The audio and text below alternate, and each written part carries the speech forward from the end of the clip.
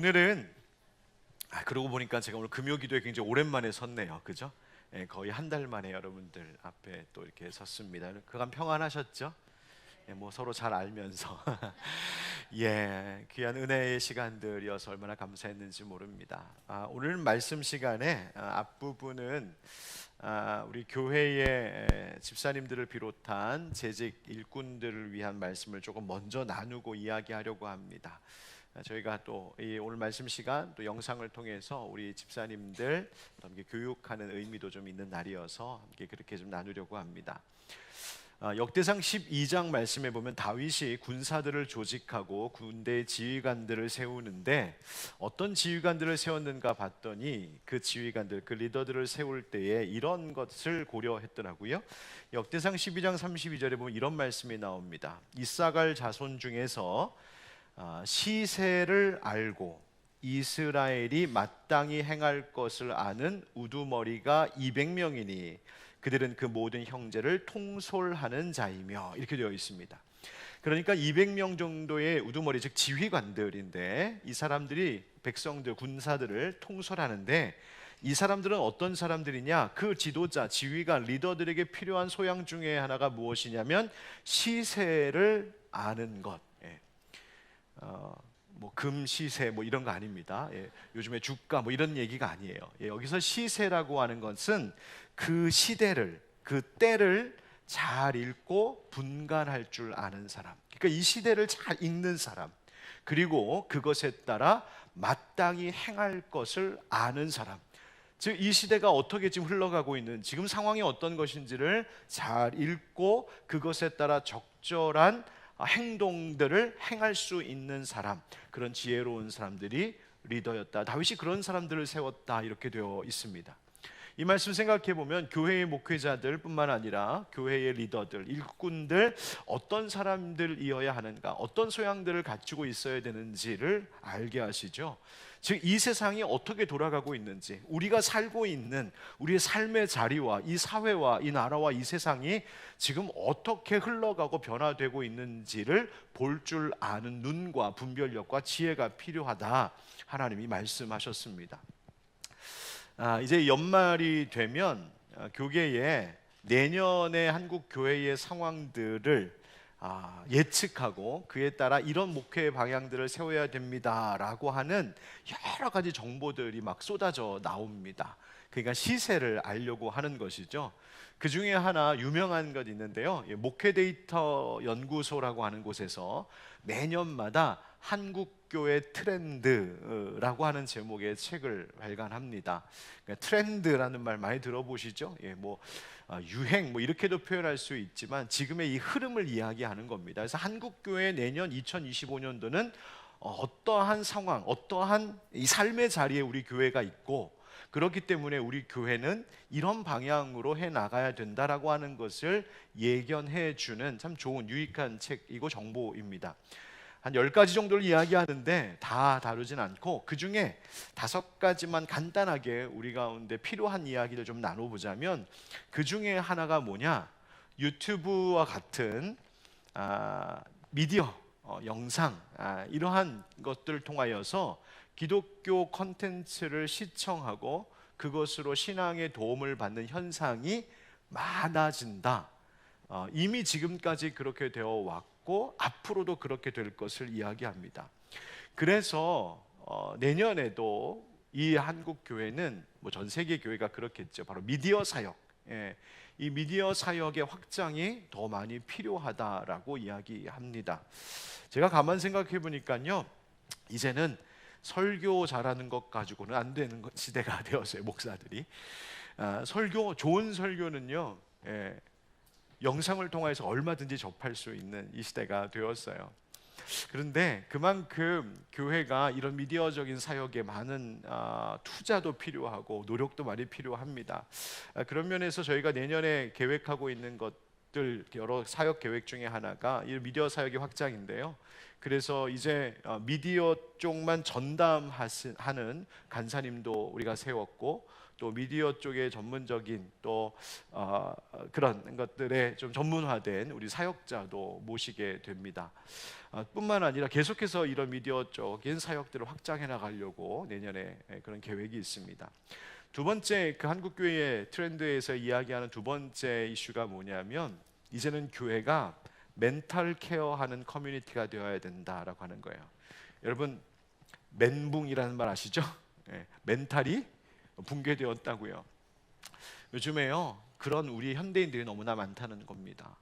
그래서 사회의 일반인들뿐만이 아니라 교회 안에도 이 멘탈, 즉 정신적인 어려움을 겪고 있는 분들이 너무 많은 시대가 되었다는 거예요. 그래서 이제는 교회가 정말 이 성도들의, 또 우리 지역 주변의 이웃들의 이 멘탈, 이 마음과 정신을 보듬고 치료하는 이런 일들이 교회 공동체 안에서 이루어져야 하는 시대가 되었다, 이렇게 얘기하네요. 그러면서 감사했습니다. 저희가 올해, 그러니까 올 초부터 이미 우리 교회에 상담을 전문으로 하는 목사님 교육자들이 계셨고, 본격적으로 상담 사역들이 구체적으로 지금 진행되고 있는데, 내년에 더욱더 그것을 심화시키려고 계획하고 있고, 그 다음에 우리가 매입하게 된 이 교육관을 이제 사용할 수 있게 될 때부터는 전문적으로 우리 이 지역 사회에, 더 나아가 일산과 이 고양시, 파주시 쪽에 기독교 상담, 치유, 회복할 수 있는 그런 멘탈 케어 센터를 만들 생각입니다. 그래서 요즘에 중독 문제도 굉장히 심해져서요. 뭐 게임 중독 이런 거는 뭐 말할 것도 없고, 성중독, 마약 중독 등등 이와 같은 심각한 중독 문제, 이런 문제들을 본격적으로 좀 이 지역에 있는 어려움을 겪고 있는 분들 도울 수 있어야겠다, 이런 일들을, 사역을 우리가 해야 되겠다 지금 계획하고 있습니다. 그런 면에서 또 이 시세를 우리 교회 공동체가 잘 읽고 따라가고 있지 않는가 또 생각해 봅니다. 세 번째는요, 어떤 교회가 지금 필요하다고 말하냐면, 그 책에서는 이렇게 표현했어요. Single friendly church. 싱글 친화적 교회여야 된다. 과거에는요, 결혼을 아직 안 한 나이가 조금 있는 싱글들을 보면 보통 우리가 미혼자라고 이야기하잖아요. 그러니까 결혼을 아직 안 한 사람들.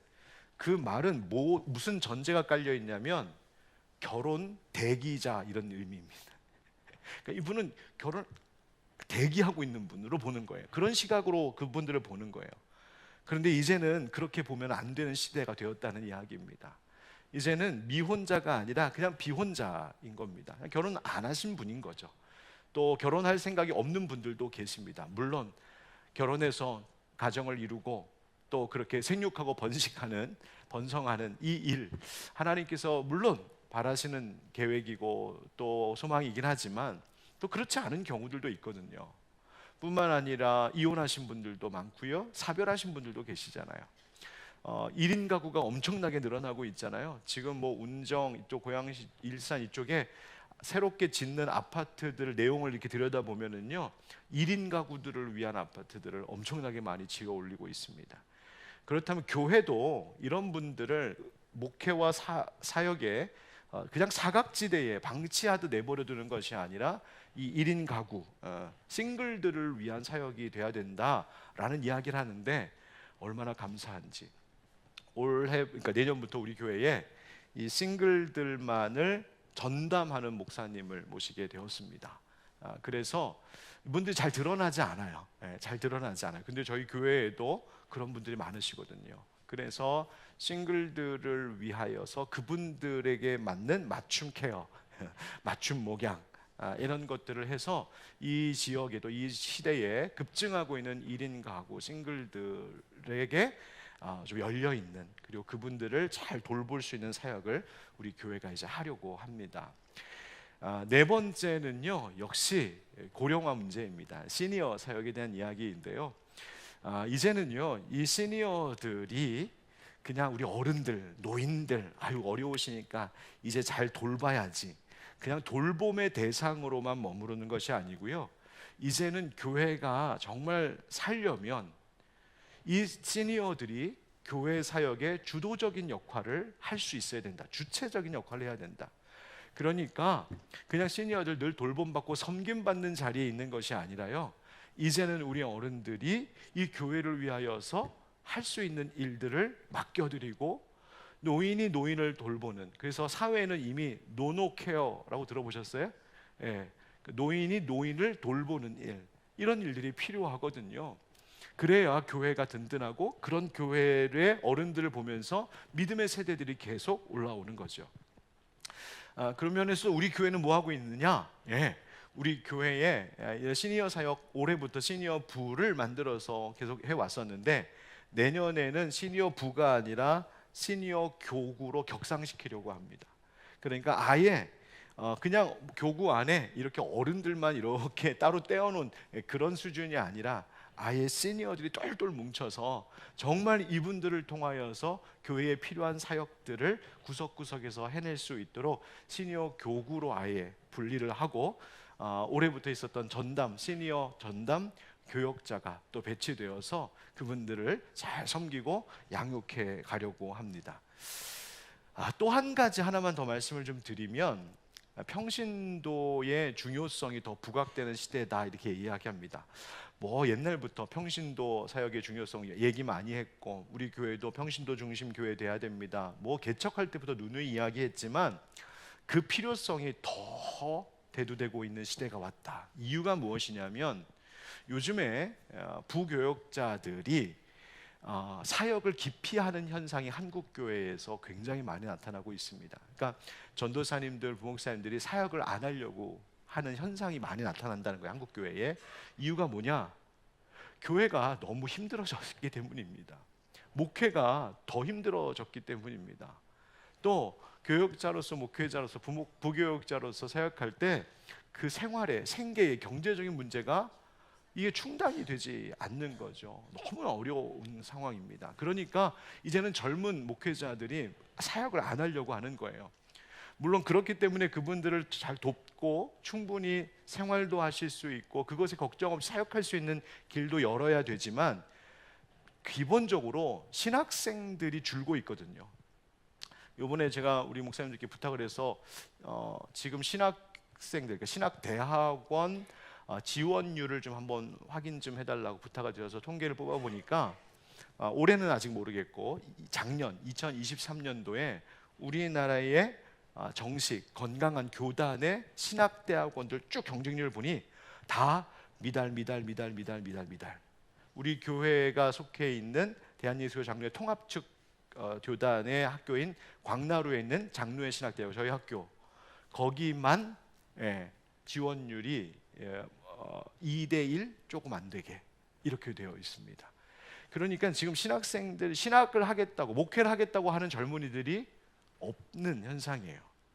그래서 저희 교회에서는 이제 내년부터 우리 목회자들, 신학생들을 더 지원하고 장학금으로 후원하는 일들을 더 확대하려고 하는데, 그거는 또 그쪽 그 일이고, 그렇다면 지금 당장 교회의 일꾼들이 없는, 이 교역자들이 없게 되는 이 한국 교회의 상황 속에 어떻게 해야 되느냐? 결국 그 교역자가 하는 일들이 이제는 평신도들이 정말 주도적으로 해야 되는 시대가 왔다라고 분석하고 있습니다. 이게 전문가들의 예측이고 분석이에요. 다시 말하면 교회가 뭐 해야 되느냐? 평신도들을 잘 세우는 더 촘촘히, 더 체계적으로 짜여진 양육과 훈련이 필요할 뿐만 아니라, 더 나아가 우리 성도님들의 자발적인 참여와 헌신이 너무나 중요하게 되었다.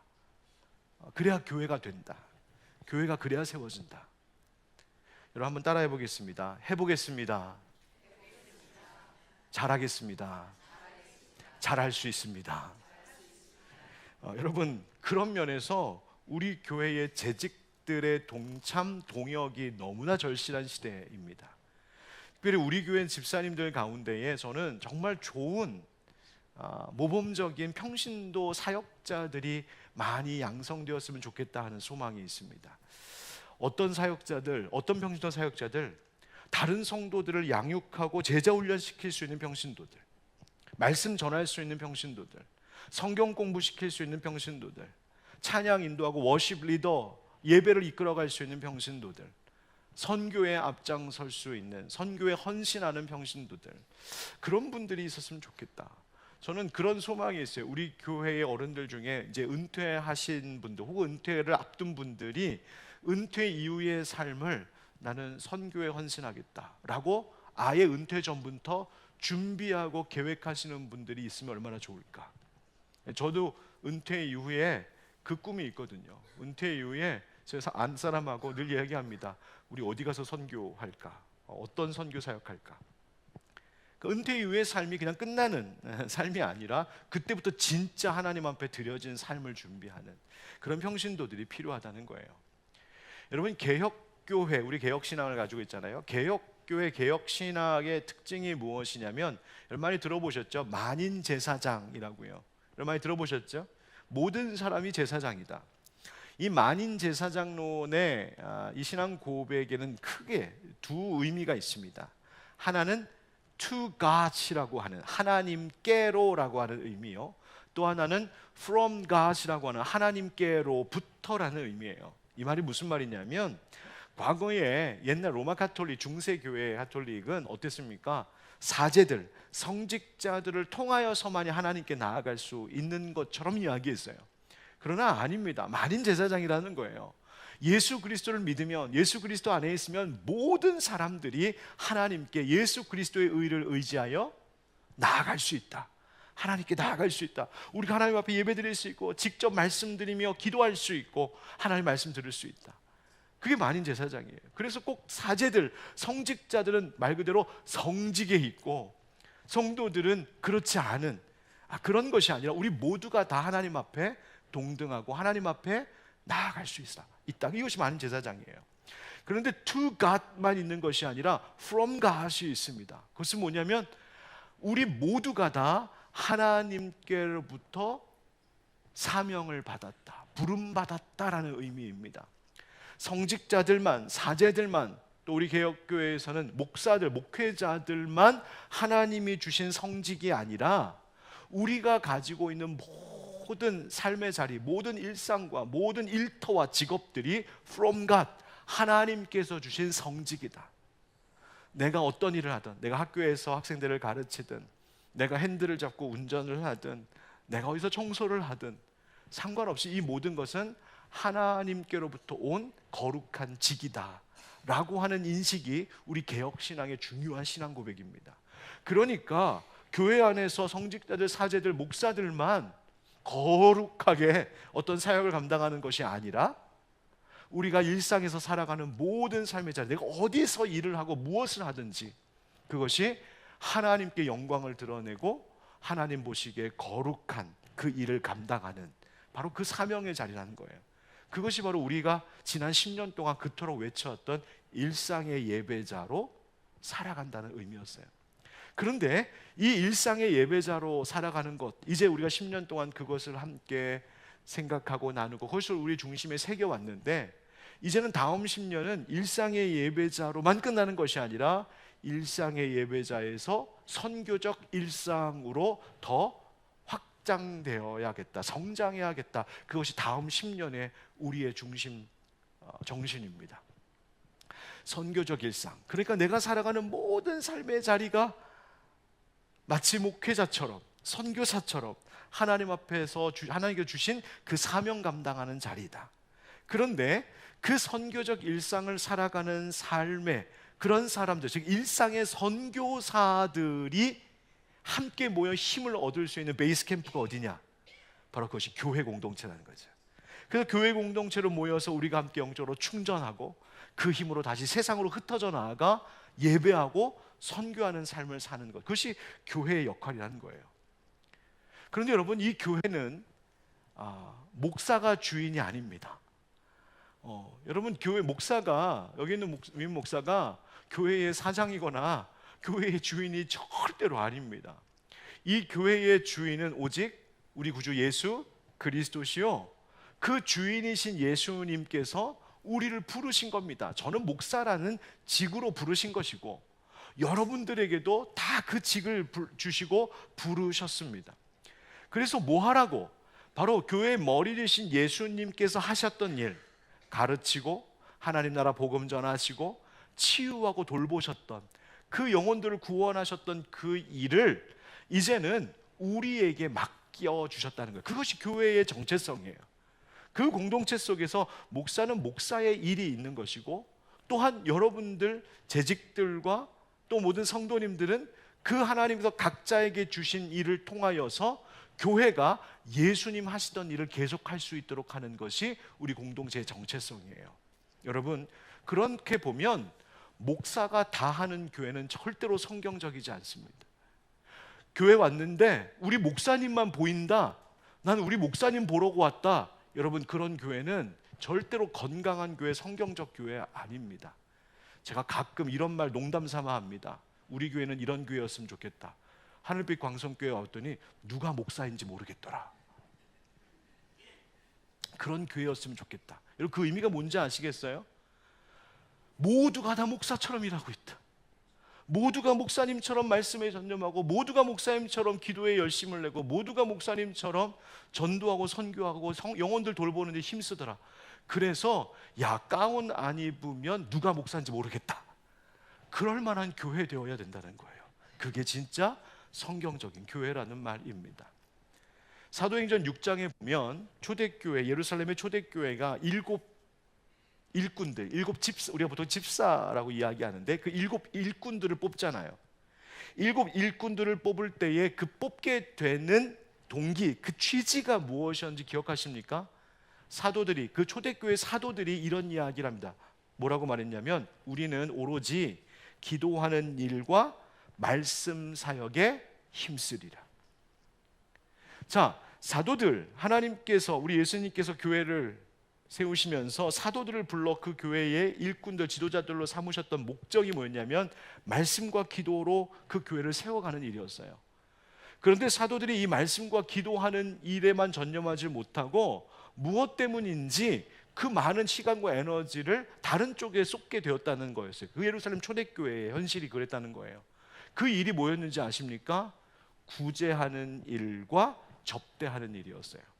접대하는 일이라고 할 때 그 접대라고 하는 말의 의미는 뭐냐면 재정을 관리하는 일, 이렇게 되어 있어요.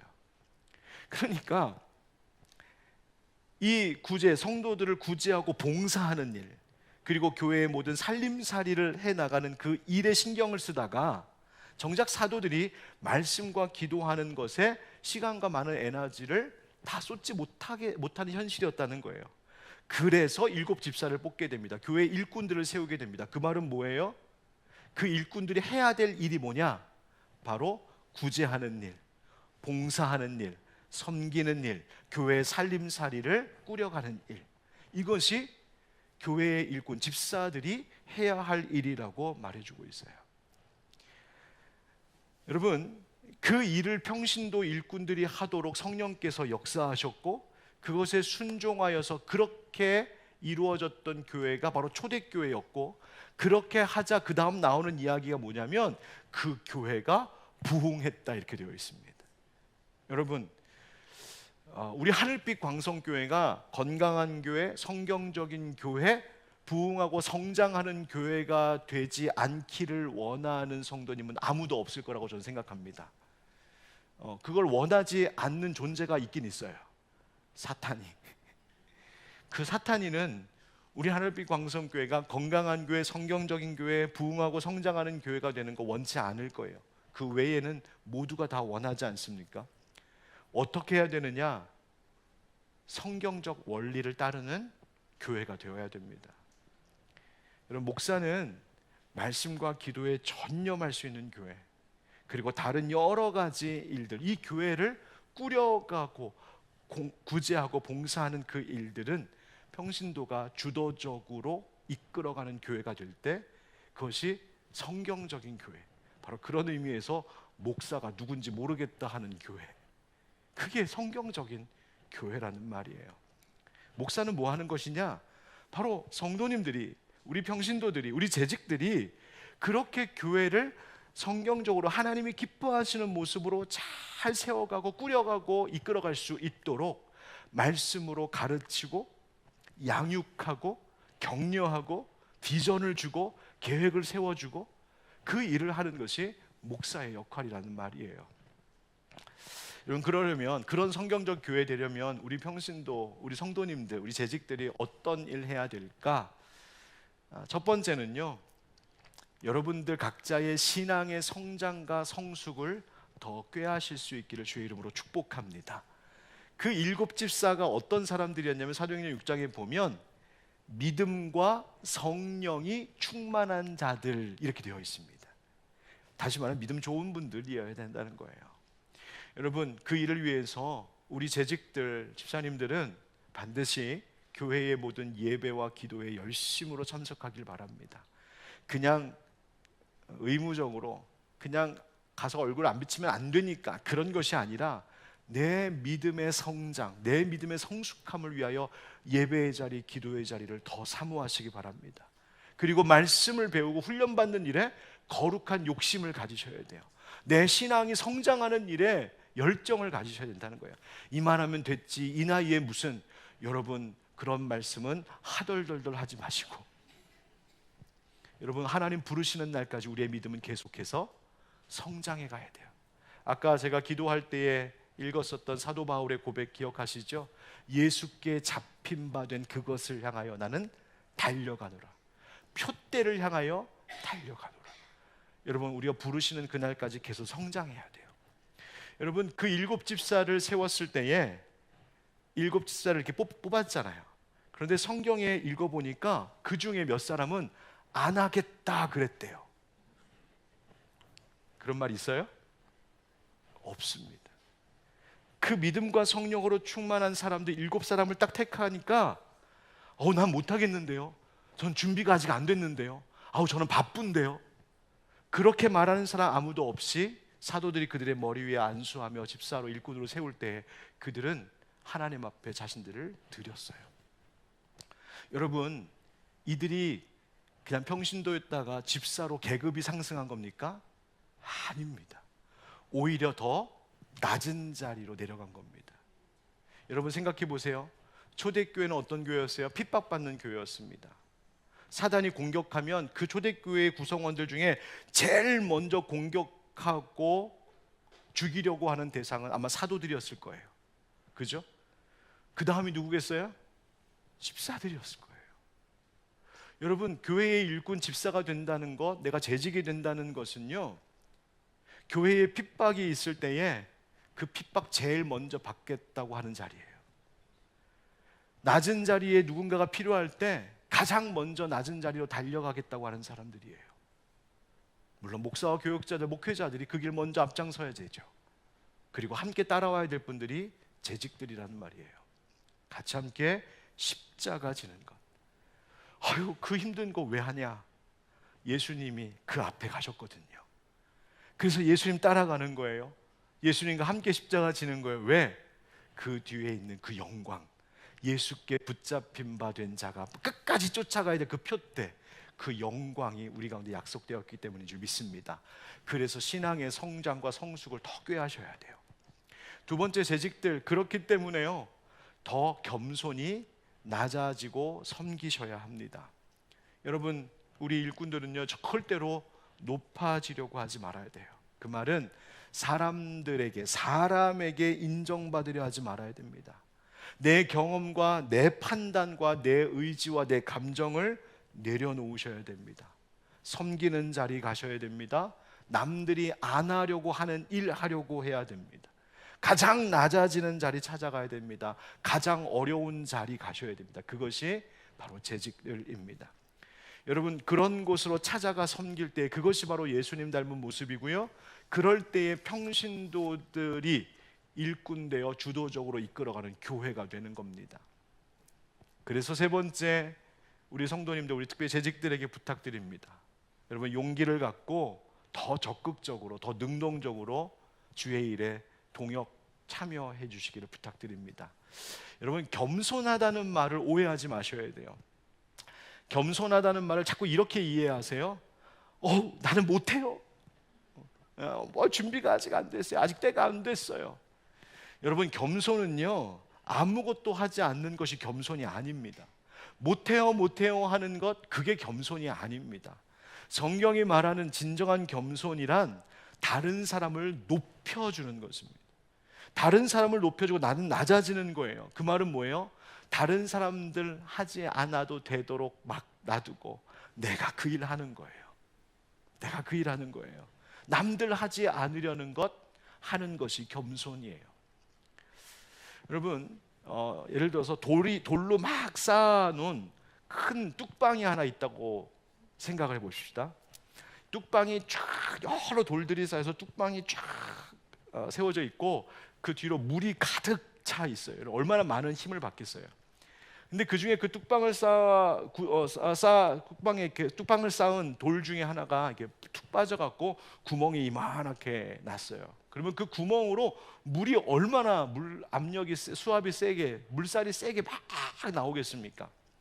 그때 이 뚝방을 정비하는 사람은요, 그 뚝방에 구멍 난 곳을 채울 돌을 찾기 시작합니다. 딱 맞는 돌. 그때에 그 딱 맞는 돌을 딱 찾아서 딱 껴놓는 순간, 물론 이 돌은 처음에는 엄청난 수압을 견뎌야 되겠지만, 그러나 그것이 딱 채워지는 순간 모두가 다 평안하고 든든해질 수 있어요. 제가 우리 교회 담임 목회 한 10년 하다 보니까 그 역할들 하시는 분들이 계시더라고요. 여러분, 교회가 완전하지 못하잖아요. 사람들의 모임이 완전하지 못하고요, 목사가 하는 일이 참 어리숙하기 짝이 없는 때가 많아요. 그러니까 여기저기 구멍 나는 일들이 있거든요.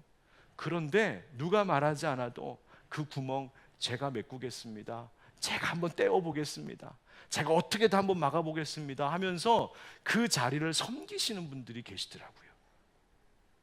가끔은 제가 모르게 하시는 분들도 많아요. 저도 몰랐는데 이런 목회의 교회의 사역에 이런 구멍 저런 구멍이 있었는데 나중에서야 알게 된 그 채워진 돌들 같은 분들이 계세요.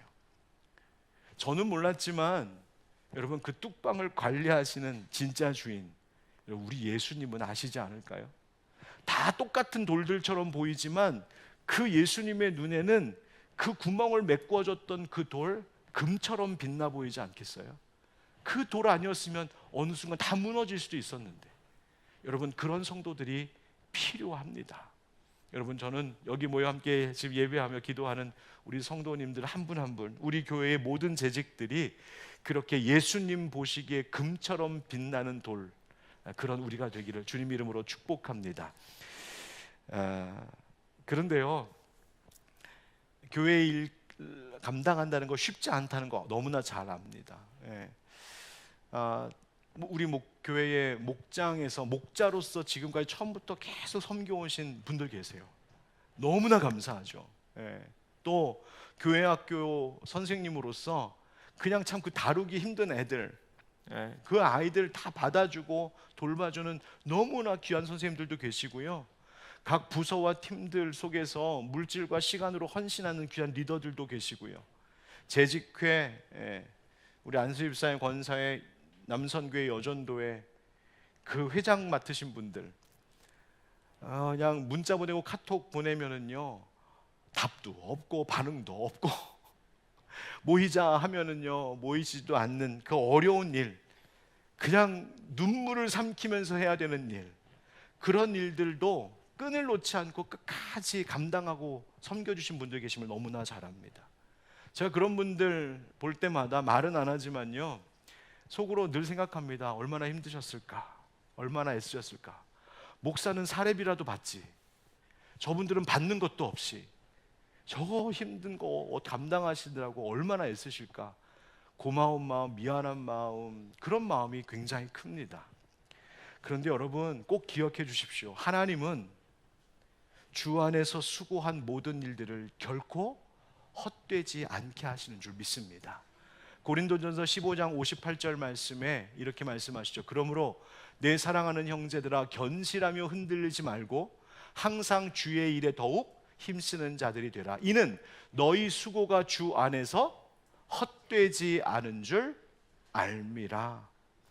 여러분, 죽을 것 같이 힘들어도 헛되지 않답니다. 주님을 위하여서 한 일들은. 그리고 심지어 주님을 위하여서 일하다가 죽어도 그게 복이 된답니다. 계시록 14장 13절 말씀. 지금 이후로 주 안에서 죽는 자들은 복이 있도다 하시매 성령이 이르시되 그러하다 그들이 수고를 그치고 쉬리니 이는 그들의 행한 일이 따름이라 하시더라. 아멘. 주님께서 기억하신다는 거예요.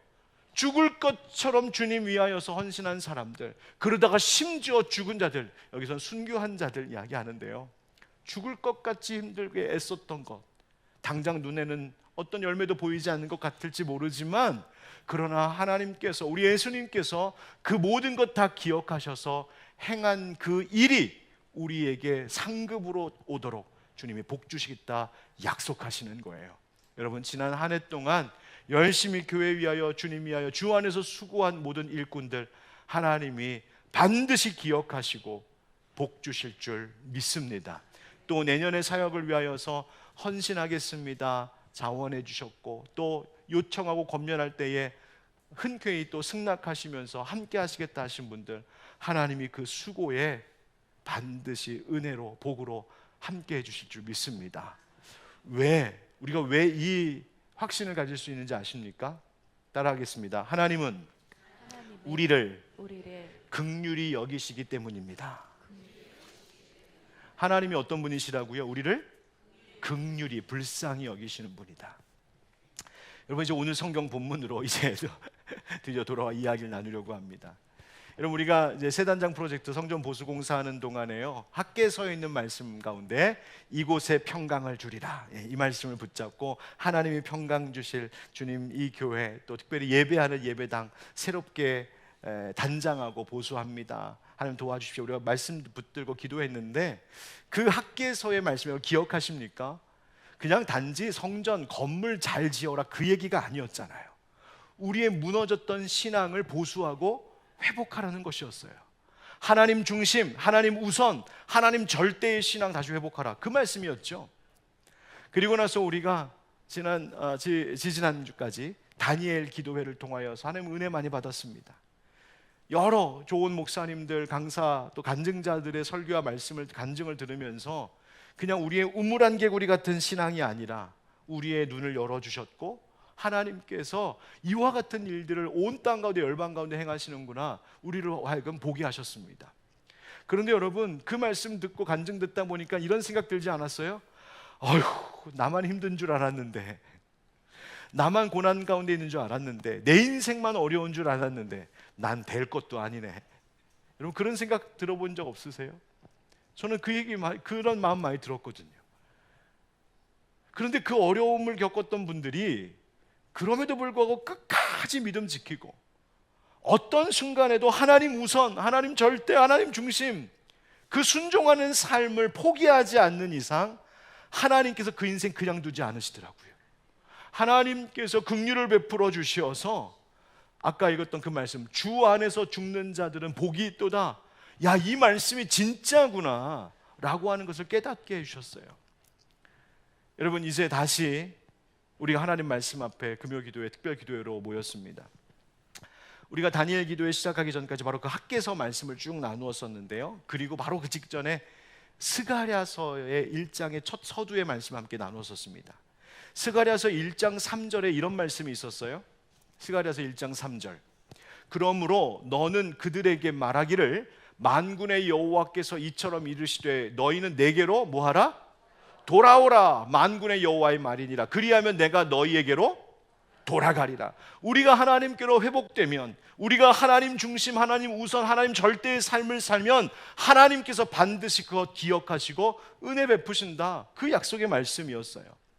이 스가랴 선지자가 어느 때 활동했던 선지자라고 말씀드렸는지 기억하십니까? 바로 그 학계 선지자가 활동했던, 바로 그때 함께 사역했던 이가 바로 이 스가랴 선지자였습니다. 여러분, 이 스가랴서는요 총 14장으로 되어 있는 성경인데, 이 14장의 성경을 보면 거기에 재미있는 것은 하나님께서 스가랴에게 연속적으로 8개의 환상을 보여주세요. 오늘 함께 읽은 본문의 말씀이 그 가운데 첫 번째 환상인데, 여러분, 이 환상을 통하여 말씀을 주셨던 때가 언제인가 봤더니 스가랴서 1장 7절, 오늘 본문 말씀에 이렇게 되어 있습니다. 다리오 왕 제2년 11째 달 곧 스밧월 24일에, 그러니까 잘 기억하세요. 다리오 왕 2년 제2년 11월 며칠? 24일. 2년 11월 24일. 자, 그런데요, 이 24일이라고 하는 숫자를 딱 보면 연결이 이제 쭉 되는 거예요. 학계 말씀 열심히 들으셨던 분들은 기억하실 겁니다. 학계서 1장 1절 말씀에 하나님께서 이 학계 선지자에게 처음 말씀하셨던 때가 언제라고 되어 있었냐면 같은 그 해 연초 다리오 왕, 학계서 1장 1절에 다리오 왕 제2년 6째 달 곧 그 달 초하루 6월 1일에 6월 1일 초하루에 하나님 먼저 학계 선지자에게 말씀을 주셨고요. 그 말씀, 성전 재건하는 것을 빨리 재개하라 라고 하는 이 명령의 말씀을 받고 다시 재개한 것이 언제냐? 학계서 1장 14절 15절에 보면 그때는 다리오 왕 제2년 6째 달 24일 6월 24일. 그러니까 6월 24일부터 성전 재건을 다시 시작하자 그때로부터 5달 후인 11월 24일에 이번에는 스가랴 선지자를 통하여 환상을 보여주시고 말씀 주셨다, 그 이야기입니다. 여러분, 그 사이에도 하나님은요 학계를 통해서 계속 말씀하셨어요. 학계서 2장 1절에 보면 그 해에 7째 달 그 달 21일 7월 21일에 말씀하셨고요. 학계서 2장 10절에 보면 제2 그 해에 9째 달 24일 9월 24일에 말씀하셨고요. 그 다음 20절에도 보면 같은 날 9월 24일에 또 말씀하셨어요. 그러니까 하나님이 이 성전 재건, 즉 하나님 우선의 삶을 회복하는 것을 얼마나 중요하게 여겼는지 학계에게 6월 1일부터 해서 계속해서 말씀하시다가 이제는 급기야 스가랴 선지자를 통하여서 11월 24일에 또 말씀하셨다는 거예요. 자, 그런데요, 성전 재건을 재개한 지 5달이 흐른 거죠. 자, 이 5달 동안 여러분 어땠을 것 같아요? 처음 스룹바벨과 여호수아가 그 말씀을 받고는 으쌰으쌰해서 온 이스라엘 백성, 유다 백성들이 그래, 우리 그동안 16년 동안 멈춰 있었던 성전 재건하는 일 다시 시작하자, 힘을 내서 용기를 내서 시작하지 않았겠어요? 그런데 말씀드렸죠, 그 사람들이 그냥 생활이 모든 것이 다 안정되어 있고 모든 것이 다 풍요로워서 그 일을 시작한 것이 아니고요, 각자 해야 될 일이 있음에도 불구하고 농사도 지어야 되고 집도 지어야 되고 사회 제도도 다시 만들어 가야 되고 국가를 다시 세워야 할 여러 가지 일들이 있었음에도 불구하고 그거 다 내려놓고 하나님의 명령 따라 성전 재건을 시작했거든요. 그러니 여러분들 5달쯤 지났을 때 그들의 생활이 어땠을 것 같아요? 여러분, 여전히 힘든 거예요. 먹을 것도 늘 부족해, 입을 것도 부족해, 집도 짓다가 말고 왔어. 여러 가지 해야 될 일들도 있는데 그거 다 하지 못했으니 삶의 어려움은 계속 있죠. 현실적인 어려움. 동시에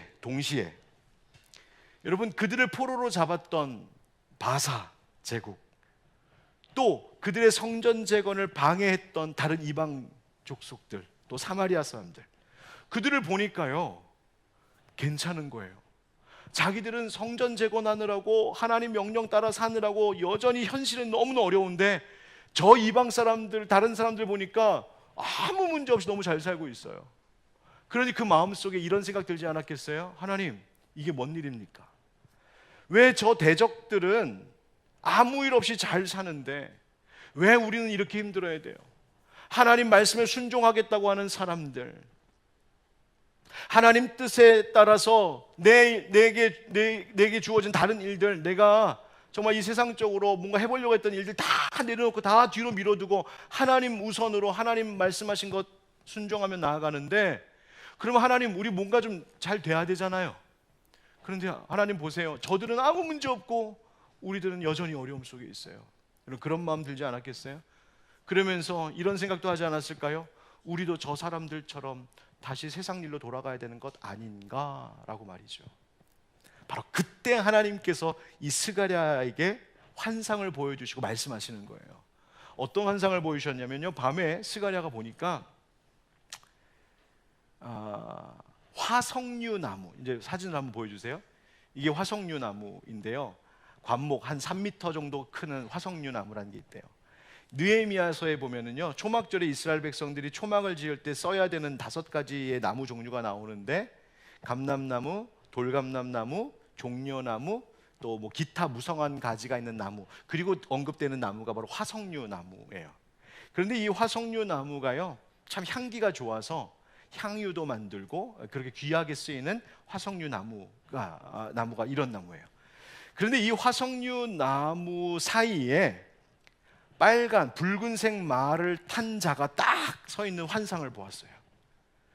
그 사람이 누구냐? 여기 성경에 사람이라고 되어 있지만 사실은 그 다음에 나오는 말씀 보면 여호와 하나님께서 보내신 천사가 그 붉은 말을 타고 딱 서 있어요. 그리고 주변에 다른 붉은 말들, 자주색 말들, 흰 말들이 쫙 같이 있는 것을 보게 됩니다. 스가랴 선지자가 궁금해서 저게 뭡니까? 그러자 천사가 이 환상의 뜻을 설명해 주는데요, 여기 있는 말들, 그 화석류나무 사이에 있는 그 말들이 뭘 하는 임무를 받았느냐? 여호와의 명령을 따라 땅을 두루 다니면서 둘러볼 임무를 받았다. 10절에 보니까 이는 여호와께서 땅에 두루 다니라고 보내신 자들이니라. 말들이 온 세상을 둘러보다가 이제 모여서 그 붉은 말을 타고 있는 천사에게 보고를 합니다. 뭐라고 보고하냐면 11절에 보니 그들이 화석류 나무 사이에 선 여호와의 천사에게 말하되 우리가 땅에 두루 다녀 보니 온 땅이 평안하고 조용하더이다. 세상이 조용합니다. 평안합니다. 여러분, 세상이 평안합니다, 조용합니다 하는 말 들으면 여러분 좋아요, 안 좋아요? 좋은 말 같죠? 그런데 사실은 아니에요. 오늘 이 성경에 나오는 이 말씀을 유다 백성들이 들었을 때는 속이 뒤틀리는 이야기예요. 왠지 아십니까? 아까 말씀드렸던 그 일 때문이에요. 하나님 보세요, 저기 우리는 하나님 말씀 순종하느라고 이렇게 애를 쓰고 힘들게 살아가고 있는데 저 바사 제국의 저 이방 족속들, 우리를 방해했던 저 족속들은요 평안합니다, 조용합니다, 아무 문제 없이 잘 살고 있는데 하나님 이게 어떻게 된 겁니까? 그래서 12절에 보면 그 보고를 받고 여호와의 천사가 여호와 하나님께 이렇게 말합니다. 여호와의 천사가 대답하여 이르되 만군의 여호와여, 여호와께서 언제까지 예루살렘과 유다 성읍들을 불쌍히 여기지 아니하시려 하나이까? 이를 노하신 지 70년이 되었나이다 하매. 하나님 아직도 우리를 못마땅하게 여기시는 겁니까? 아직도 그 진노가 멈추지 않으신 겁니까? 라고 그 안타까움을 하나님께 부르셨어요. 하나님 왜 우리를 불쌍하게 여기지 않으십니까? 이게 바로 천사의 부르짖음이었고 유다 백성들의 탄식이었어요. 여러분, 그래서 의심한 것이 뭐냐? 하나님 우리 버려두신 거예요? 하나님 우리 무관심하신 거예요? 내가 이렇게 했었는데. 그러자 하나님께서 대답하십니다. 13절 말씀에 이렇게 대답하세요. 여호와께서 내게 말하는 천사에게 선한 말씀, 위로하는 말씀으로 대답하시더라. 뭐라고? 16절 한번 같이 읽겠습니다. 16절 시작. 그러므로 여호와가 이처럼 말하노라. 내가 불쌍히 여김으로 예루살렘에 돌아왔은즉 내 집이 그 가운데에 건축되리니 예루살렘 위에 먹줄이 쳐지리라. 만군의 여호와의 말이니라. 아멘. 뭐라고 하셨어요? 하나님이 내가 너희를 이미 불쌍히 여겼다. 내가 예루살렘에 돌아왔다. 너희들도 돌아오게 하지 않았느냐? 그리고 그 집을 지금 건축하고 있지 않느냐? 하나님이 그들을 어떻게 여기셨다고요? 불쌍히 여기셨다고요. 여러분, 세상이 조용하다고 해서 하나님이 아무 일도 하시지 않는 것이 아니었다는 말이에요. 사람의 눈으로 볼 때는 아무 일이 일어나지 않는다고 해서 하나님께서 아무 일도 하시지 않고 있던 것이 아니었다는 말입니다. 하나님께서 저들을 불쌍히 여기셔서 그들을 그 포로된 땅에서 돌아오게 하시고 예루살렘에서 다시 성전을 재건하며 시작할 수 있게 하셨다고. 여러분, 우리가 열심히 교회에서 수고하고 일하면서도 때로는 불안한 마음 드는 게 뭔지 아십니까? 아무 일도 일어나지 않는 것 같아서. 여러분, 이 이제 연말이 되면 목사가 생각이 복잡해지거든요. 때로는 어떤 마음도 드는지 아십니까? 하나님, 제가 한 해 동안 열심히 뛴다고 뛰었는데 하나님 보시기에 영 마땅치가 않았습니까? 하나님, 뭐 별로 큰 변화가 없는 것 같아요. 많은 열매도 없는 것 같아요. 하나님, 열심히 수고해서 맺었다고 하는 열매 혹시 못 먹는 열매 아니었습니까? 좋은 이야기보다는 마음 아픈 이야기들이 연말에 되게 많이 들려오게 되면 하나님, 저와 우리 성도들이 열심히 수고한 게 하나님 무슨 의미입니까? 때로는 부끄럽고 죄송한 마음 들어요. 하나님, 우리의 열심이 무슨 소용이 있나요? 여러분, 우리 교회의 많은 일꾼들이 앞서도 말씀드렸지만 목장에서, 교회 학교에서, 재직회에서, 부서와 팀들 속에서 열심히 수고하면서 1년 달려왔잖아요. 열심히 수고하고 내가 하는 것 못하고 교회 일 먼저 우선했고 시간과 물질 들여서 헌신하고 열심히 했는데 뭐 변화도 별로 없는 것 같고 부흥도 없는 것 같고 마음속에 하나님, 아무 일도 일어나지 않아요. 다 그냥 고요해요. 여러분, 가정에서도 그렇잖아요. 열심히 수고하고 일하는데 하나님, 우리 가정이 변화되지 않는 것 같아요. 여전히 우리가 하나님 눈에 별로 안 차시나 봅니다. 그런데 하나님께서 뭐라고 말씀하셨다고요? 내가 불쌍히 여겼다 말씀하셨어요. 하나님께서 우리를 긍휼히 여기신다고요. 그리고 말씀하시는 것이 17절, 여러분 한번 같이 읽어보실래요? 17절 시작. 그가 다시 외쳐 이르기를 만군의 여호와의 말씀에 나의 성읍들이 넘치도록 다시 풍부할 것이라. 여호와가 다시 시온을 위로하며 다시 예루살렘을 택하리라 하라 하니라. 아멘. 여러분, 이 말씀 한 절에 다시라고 하는 말이 몇 번 나오나요? 네? 무려 4번. 히브리어로 오드라고 하는 단어인데요, 영어로 하면 again. again, again, again, again. 다시. 하나님께서 말씀하시는 거예요. 내가 너희를 불쌍히 여기지 않았다고? 내가 아무 일도 하지 않고 있었다고? 내가 지난 1년 동안 아무것도 하지 않았다고? 천만에 내가 다 기억하고 있고 불쌍히 여겼고, 그러니 이제 내가 다시 너희들을 회복시킬 거고 풍성하게 할 거고 성장하게 할 거고 부흥하게 할 거야. 하나님 그 약속하고 계신 거예요. 사랑하는 성도 여러분, 2024년이 끝났다고 하나님의 역사가 끝난 것이 아닙니다. 우리가 일하다가 지쳐 쓰러졌다고 하나님마저 지쳐 쓰러져 계신 것이 아닙니다. 우리의 눈에 변화도 안 보이고 열매도 없는 것 같고 아무것도 달라진 것 없이 하나님, 우리의 수고가 무슨 소용이 있습니까? 내가 목장에서 목자로서 그렇게 열심히 애썼는데 우리 목장이 달라진 게 뭐가 있어요? 하나님, 우리 내 자치에 남선교회 여전도에 내가 열심히 수고했는데 달라진 게 아무것도 없어요. 더 안 좋아진 것 같은 모습을 볼 때도 있어요. 하나님, 내가 우리 교회 학교 아이들을 위해서 애쓰고 헌신했는데 뭐가 달라졌어요? 하나님, 내가 각자 부서에서 팀에서 교회 안에서 열심히 했었는데 하나님께 무슨 소용이 있어요? 여러분, 아니라는 거예요. 하나님이 이거 다 보셨고 기억하셨고 하나님이 우리를 불쌍히 여기셔서 반드시 다시 우리를 회복시키시고 성장케 하시고 열매 맺게 하시는 일들을 하나님이 하시겠다고 약속하고 계세요. 여러분, 우리가 지난 한 해 동안 뿌린 씨들이 절대로 헛되지 않을 줄 믿습니다. 2025년도 새로운 회기에 여러분 각자의 사역의 현장 속에서, 우리의 가정 내에서, 우리의 교회가 있는 이 지역 속에서 하나님은 다시 하나님의 열매를 얻게 해 주실 줄 믿습니다. 중요한 것은 무엇이냐? 그 하나님의 긍휼을 의심치 않는 것입니다.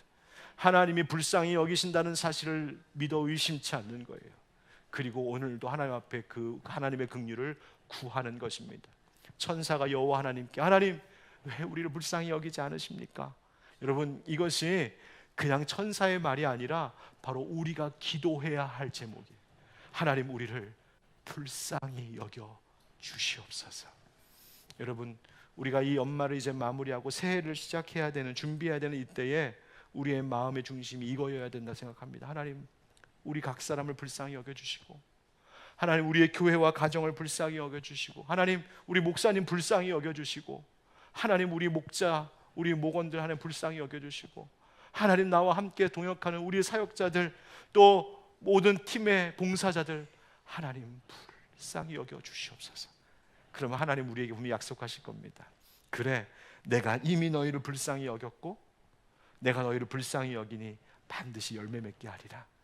여러분, 그 하나님의 은혜가 우리 가운데 넘치는 줄 믿습니다.